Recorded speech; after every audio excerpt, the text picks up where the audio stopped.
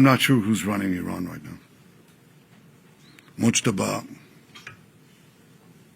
the replacement Ayatollah, has not shown his face. Some people are not replaceable. I think the authority and the hold that Khamenei has had is not going to be translated to anyone, not to Mojtaba if he's there. You've assassinated Iran's supreme leader and dozens of other senior Iranian officials. The result of that so far has been the appointment of a new supreme leader considered to be even more hardline than his father. The Iranian regime is not showing any signs of collapse as of now. So I wonder, what do you say to those who say that killing those individuals is in fact empowering the hardliners in Iran? And are you confident that your strategy will still lead to regime change? And then secondly, if I may, you've also indicated today that you made a commitment to President Trump not to strike these oil and gas facilities in the future.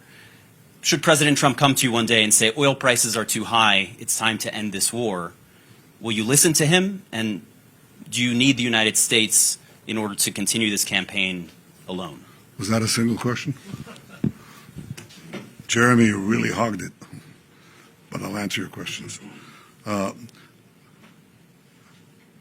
not sure who's running Iran right now. Mojtaba, the replacement Ayatollah, has not shown his face.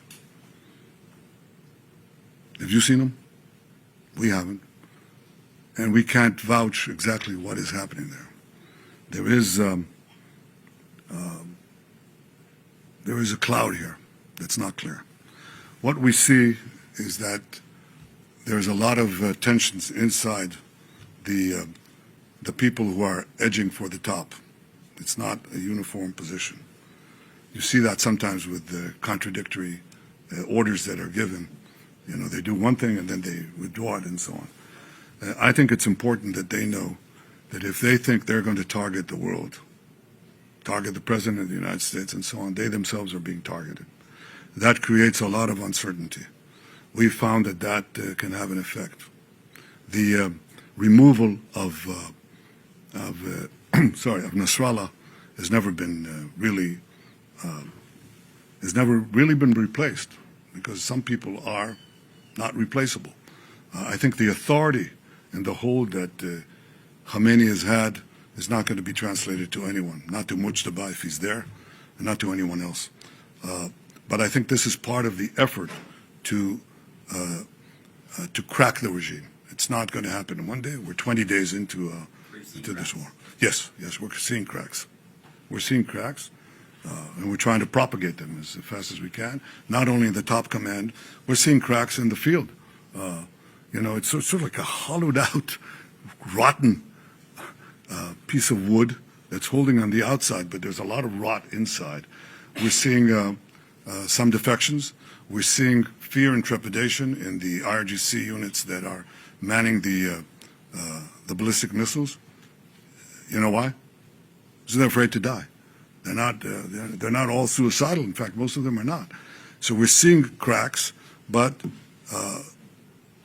we're going to hit them again and again. The minimum thing we want to do is, again, erase the industrial capacity that they had to produce these weapons. They'll have to build it from a start, and that's very hard. It's very hard to do underground, too.